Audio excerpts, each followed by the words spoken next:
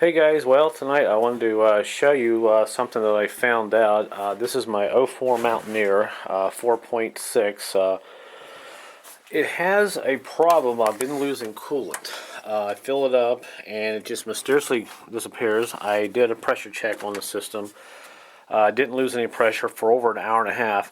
Held pressure, and I've always had this problem here with a little bit of goop in the cap, so I know I'm getting moisture in somewhere. So what puzzled me was I did a pressure test on the system, and you know, obviously if it was leaking it should have showed up. Well, it didn't. So I got to looking back in the back side here where this plastic intake is, and I did see a little moisture, but I didn't think it was anything to worry about until I got up under the SUV. I was going to pull the transmission out and put a new pump in it, but there's my transmission jack, and I made me a nice little wooden top for it, so transmission sits there nice and sturdy. Transmission always slides around on that piece of metal down there, so it was awful small, so I made it a little bit bigger. But not to sidetrack anything, I got down here and I started looking around because I was getting ready to pull the tranny out, and I saw moisture here, and I got to thinking, what's it from?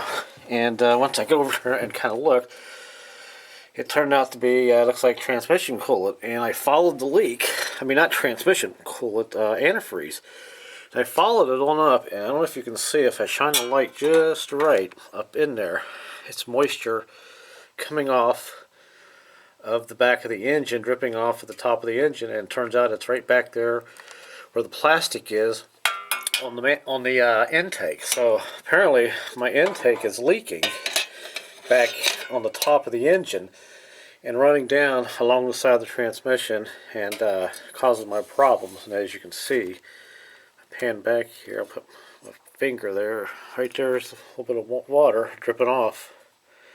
So there's my coolant leaks, and that's why I've had, I guess, moisture in the engine. It's sucking into the engine somehow. So I was about ready to tear the engine apart and put head gaskets on it and all that good stuff, and it looks like it's going to save me some trouble, so I'm going to have to deal with that. I wish I could get my light where you can kind of see that up in there, but it's really hard to see. But it's, I don't know if you can see that little bit of moisture on that hose, a black line there.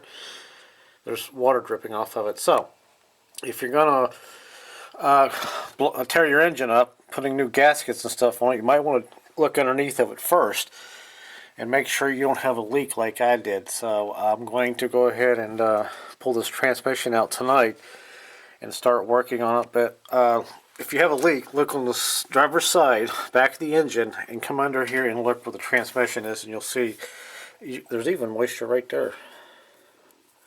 Yep, so that's where it's coming from. Let me crawl back up on the top here real quick.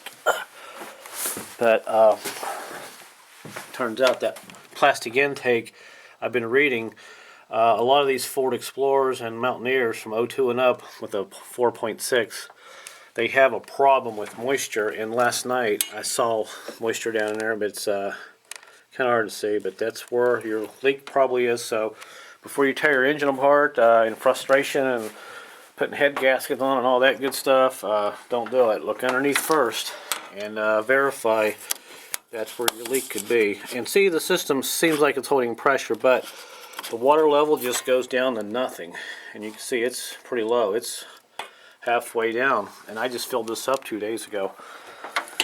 But I just wanted to show you guys that. And if you have one of these issues, this might be your fix. But that didn't make sense to me why I was getting all that moisture in there. And I saw some reports on YouTube and so forth that people said that was normal. No, I don't think that's normal to have that much moisture in your engine. So I am going to go ahead and pull the tranny out and go ahead and order me a new intake and gasket set and all that good stuff. The reason I know the plenum was probably cracked, when I put it back together, I did see a small crack in it, but I didn't think it would really hurt anything. But apparently it's enough crack to cause me this much water loss in the engine and moisture in the engine. Alright, that's it. That'll do it. Good luck, and make sure you check underneath your car, your Explorer, before you tear it apart and do all that stuff.